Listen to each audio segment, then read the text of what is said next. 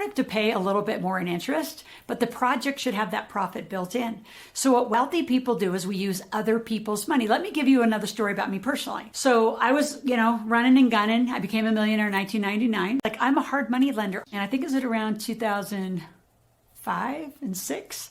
So I don't want to have to divest that. I want your money, and I've given you a lot of money. So let me just give you a little tip on how banks work. Let's just say you deposit $100,000 over the course of a year. That gives them the right to go up and get $1 million. They get to 10x from the central bank. And then what they get to do is borrow it out in other loans. I went in and I said, well, I've given you millions of dollars. So let's just say I gave them $1 million.